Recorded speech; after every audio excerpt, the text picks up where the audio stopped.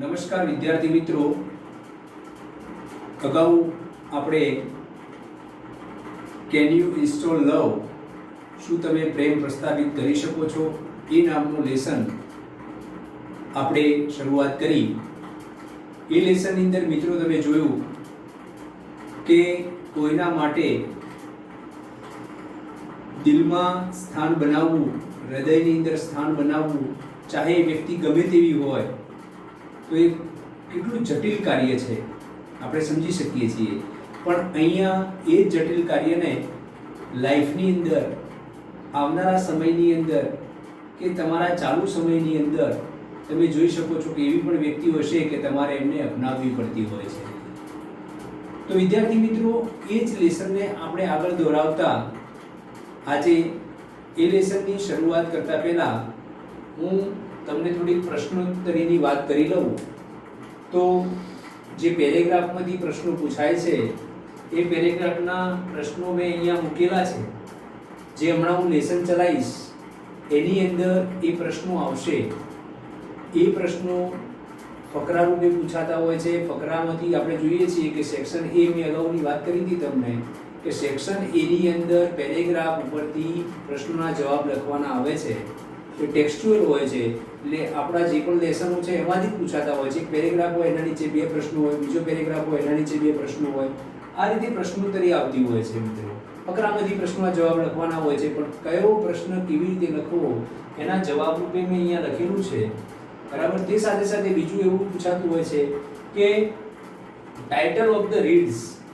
તો title of the reads એટલે can you install લવ જે લેસન છે એની અંદર જે પણ વાક્યો આપેલા છે એ વાક્ય તમને એક આપવામાં આવે અને એના ઉપરથી તમારે આ ટાઇટલ આપવાનું આવે કે આ કેન યુ ઇન્સ્ટોલ લવ એ એનું ટાઇટલ છે.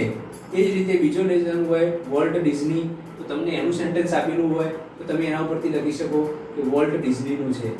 આ રીતે ગમે તે પ્રકારના તમને ટાઇટલ્સ ઓફ ધ રીડ્સ આપેલા હોય એના ઉપરથી તમારે લેસનના નામ યાદ રાખવા પડે છે. એના પછી એક શોર્ટ નોટ અહીંયા આપેલી છે, ગુડ ઇફેક્ટ્સ ઓફ લવ. જો ઇફેક્ટ્સ ઓફ લવ પૂછે તો પોઝિટિવ અને નેગેટિવ તમે અંદર મૂકી શકો છો, પણ ગુડ ઇફેક્ટ્સ ઓફ લવ તો એમાં કઈ બાબતો આવે? ગુડ ઇફેક્ટ્સ ઓફ લવ એટલે કાલે આપણે ગઈ વખતે વાત કરી હતી કે grudge.exe હોય કે resentment.com હોય તો એને તમે ઇરેઝ કરી કાઢો અને જે એની અંદર સિમ્પથી છે, લવ છે, આ એની અંદર ઇન્સ્ટોલ કરવું પડે છે. તો આ જે બાબતો છે એ ઇફેક્ટ્સ ઓફ લવની અંદર આવે છે. તો એ જે તમારા પ્રશ્નો છે એ પ્રશ્નોને ભેગા તમે એક પેરેગ્રાફ બનાવો એ તમારી શોર્ટ નોટ તૈયાર થઈ જશે. શોર્ટ નોટની અંદર મિત્રો એવું છે કે એની અંદર તમને એક લાઈન આપેલી છે, પ્રશ્નો આપેલા છે 1 2 3 4 5 6. એ પ્રશ્નોના જવાબ તમે આપશો એટલે તમારી શોર્ટ નોટ તૈયાર થઈ જશે. તો વિદ્યાર્થી મિત્રો, ચાલો આપણે લેસનની અંદર આગળ વધીએ. તો એની અંદર પ્રશ્નો છે એ સાથે સાથે પ્રશ્નોની સાથે સાથે આપણે આગળ લેસન ભણવાનો છે. તો લેસનની અંદર શરૂઆત કરું છું હું. આપ એમાં જોડાશો, આપની જોડે બુક હશે જ તો બુકની અંદર ધ્યાન આપજો. પેજ નંબર 2 અને left side last paragraph. Customer service representative says, "Don't worry ma'am, that's a common problem. It means that the love program is not set up to run on external hearts, but has not yet been run on your heart."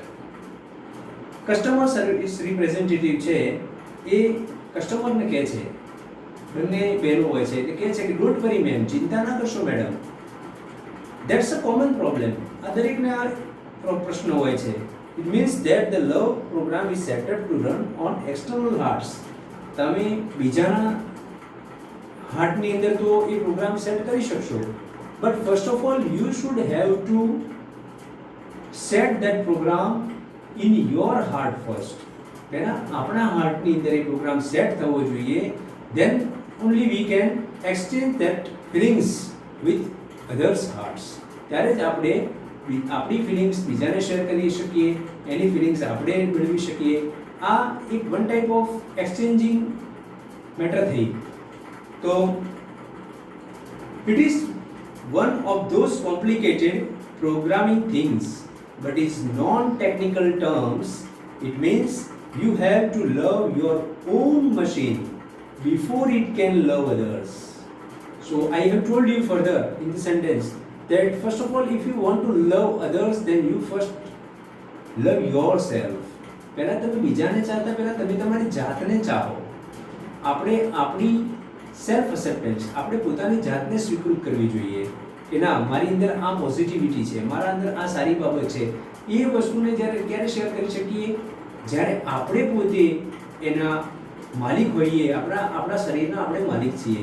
તો આપણા ઘરને સ્વચ્છ રાખવું, આપણા વિચારો સ્વચ્છ રાખવા, આપણે જે મેન્ટાલિટી છે એને પોઝિટિવ રાખવી, એ ક્યારે બની શકે મિત્રો? જ્યારે આપણે પોતે કમ્પ્લીટ હોઈએ ત્યારે જ આપણે બીજાને શેર કરી શકતા હોઈએ છીએ ફિલિંગ્સ. તો એ અહીંયા કહેવા માંગે છે, લવ your own machine before it can love others. બીજાને તમારું મશીન, તમારું હૃદય બીજાને ચાહવાનો પ્રયત્ન કરે છે, બીજાના પ્રત્યે પ્રેમ સંપાદિત કરવાનો પ્રયત્ન કરે છે, પ્રસ્થાપિત કરવાનો પ્રયત્ન કરે છે. તો પહેલાં તમે તમારી અંદર ઇન્વોલ્વમેન્ટ કરો. Customer says, so what should I do? તો હવે મારે શું કરવું જોઈએ?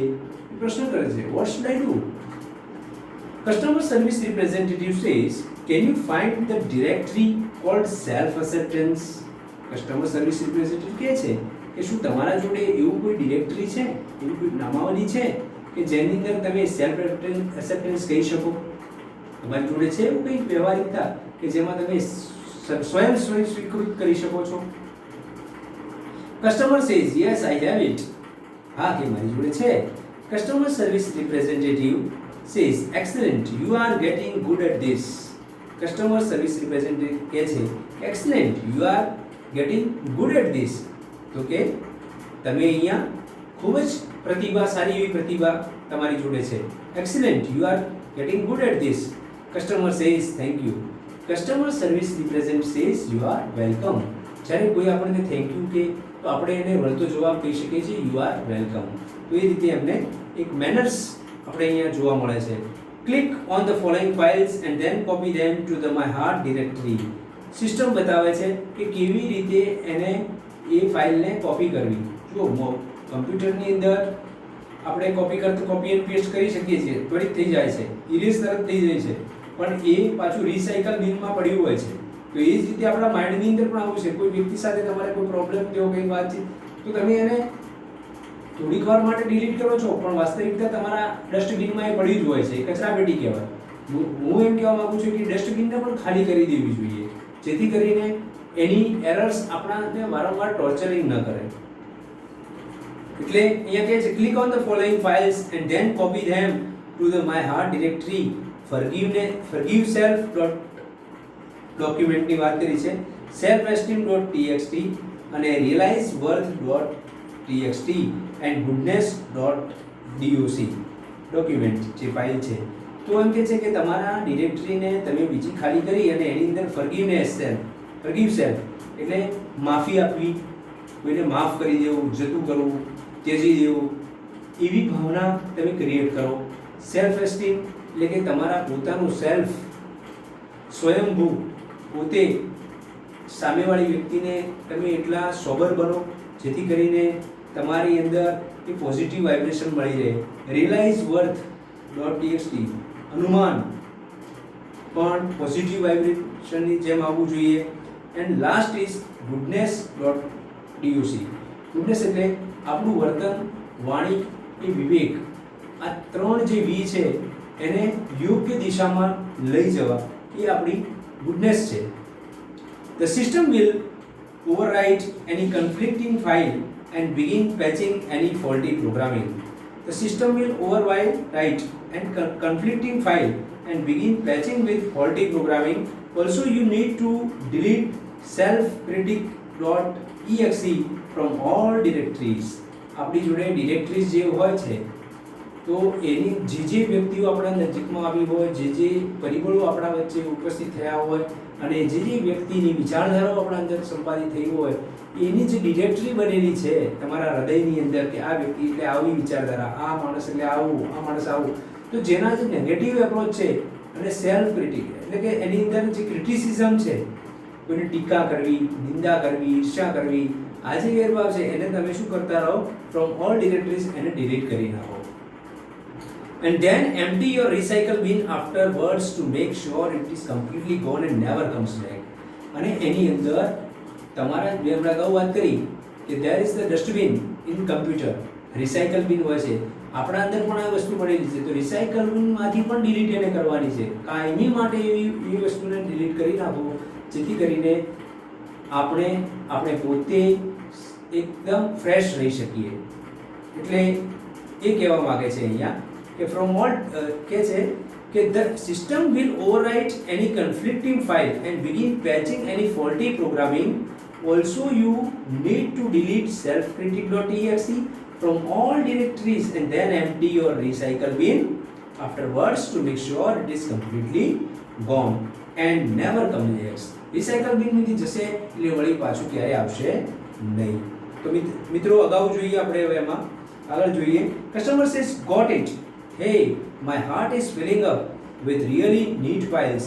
હા કે હવે તમે જોજો, એકવાર તમે કોઈને કહેવાનું છે કે બોલવાનું છે કે વળવાનું સ્પષ્ટ મોઢેથી મોઢે કહી દીધેલું છે તો તમને પછી કોઈ યાદ રાખવાનો પ્રશ્ન નહીં આવે.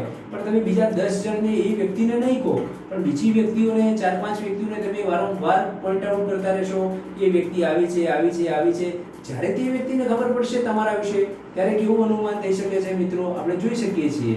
જે આપણે સામાજિક રીતે આપણા પરિવારની અંદર અનુભવતા હોઈએ છીએ. પણ એકવાર તમે એને મોઢે કહી દેશો, બીજો કોઈ તમે કહેશો તો બીજો કોઈ એનું બમણું કરીને પણ એ વ્યક્તિને જણાવશે કે ભાઈ તમારા વિશે આવું કહેતી હતી વ્યક્તિ. જ્યારે તમે ડાયરેક્ટ કહેશો એટલે એને થોડીક વાર ખોટું લાગશે, એક ક્ષણ પછી એને ખબર પડશે કે ના આમાં આ થોડું તથ્ય છે. તો મિત્રો એ જ જોવાનું છે આપણે અહીંયા. આ લેસન આપણને એ જ સમજાવે છે કે લાઈફની અંદર કેવા રહેવું, કેવી રીતે વર્તવું એ સમજણ પાડે છે. એટલે કહે છે customer says got it, hey my heart is filling up with really new files, neat files. એમ કહે છે કે મારું હૃદય હવે વ્યવસ્થિત રીતે અને સંપૂર્ણ સ્વચ્છ અને ઉચ્ચ વિચારો, પોઝિટિવ વાઇબ્રેશનથી શરૂઆત થઈ ગઈ છે અને એની અંદર નવી ફાઇલો ઉમેરાય છે. તો એમાં કઈ ફાઇલો ઉમેરાય છે? તો smile.mpg is playing and my mother and my monitor right now, and it shows that warm.com, peace.exe and contentment.com are copying themselves for my heart. એમ કહે છે કે એની અંદર smile.mpg નામની કે ફાઇલ ઉમેરાઈ છે. એમાં હૂંફ, પ્રેમ, શાંતિ, હાસ્ય, સ્મિત આ બધું જ ઇન્વોલ્વમેન્ટ થયું છે અને એના કારણે મારું હૃદય એકદમ સ્વચ્છ અને આનંદમય અને ચિંતા વિહીન થઈ ગયું છે. કોઈ ચિંતા એમાં ટેન્શન છે નહીં. Customer service representative says then love is installed and running, you should be able to handle it from here. તો કસ્ટમર સર્વિસ રિપ્રેઝેન્ટેટિવ છે કે ચલો જો આ બધું તમને અહેસાસ થતો હોય, હવે અહેસાસ થવા લાગ્યો છે કે તમે ફ્રેશ રહો છો, તો સમજો કે તમારી અંદર પ્રેમ સંપાદિત થઈ ગયો છે. Customer says yes, customer service representative says love is freeware. Be sure to give it and its various modules to everybody you meet. They will in turn share it with other people and they will return some really neat modules back to you. Customer says, I will. Thank you for your help. તો વિદ્યાર્થી મિત્રો આપણે જોઈએ છીએ કે last પેરેગ્રાફની અંદર customer service representative કહે છે કે લવ ઇઝ ફ્રીવેર. Love is ફ્રીવેર. તમે પ્રેમને ફ્રીવેર તમે જેટલું વહેંચશો, તમારી લાગણી, તમારા ઇમોશન્સ, તમારી ફિલિંગ્સ જેટલું બીજા લોકોને તમે શેર કરશો એટલું જ તમને વધારે બમણું થઈને તમારા ઉપર આવશે. તમારી વિચારધારા, તમારી પદ્ધતિ એ બીજા લોકોને અનુકૂળ આવે, એમની વિચારધારાઓ એમનામાં સેટ થાય એ પ્રમાણે પોઝિટિવ વાઇબ્રેશન સાથેની વાત કરે છે. Than only you can able to make your heart fresh and free. So this was the lesson. અહીંયા આપણો આ જે લેસન છે, આ પાઠ છે, એ પ્રથમ પાઠ પૂર્ણ કરેલ છે. તમને એની એક્સરસાઇઝ સંદર્ભે એના પ્રશ્નો મેં ગઈકાલે આપ્યા હતા, એ પ્રશ્નો તૈયાર કરજો. તમારી જોડે જે પણ હાલ પૂરતું મટીરિયલ છે, તમારા જે મિત્રો 11મામાંથી 12મામાં આ વખતે આવ્યા છે, તો જે મિત્રો 12મામાં જતા રહ્યા છે, જે કોલેજમાં ગયા પાસ કરીને, એમના જોડેથી એ મટીરિયલ લેજો. ગ્રામરની વર્કબુક આપણી છે, જે એમના જોડે હશે એ તમારે મેળવી લેવાની અને એ ગ્રામરની વર્કબુકની અંદર દરેક પાઠની અંદર આ પદ્ધતિ મુજબ પેપર સ્ટાઇલ મુજબ મેં પ્રશ્નો લખાવેલા છે. એ પ્રશ્નોનો તમે અભ્યાસ કરજો. મિત્રો ખાસ યાદ રાખજો કે જે ટેક્સ્ચ્યુઅલ છે એ ઘરે બેસીને તમારે કરવું જ પડશે. ગ્રામરના ફંડાસ હું અહીંયા ક્લિયર કરાવીશ તો તમારી નોટબુક એક સરસ મજાની તૈયાર થઈ જશે. તમને ક્યાંય સમજણ ન પડે, ક્યાંય ખબર ન પડે તો તમે મારો સંપર્ક કરી શકો છો. 98 791 96 013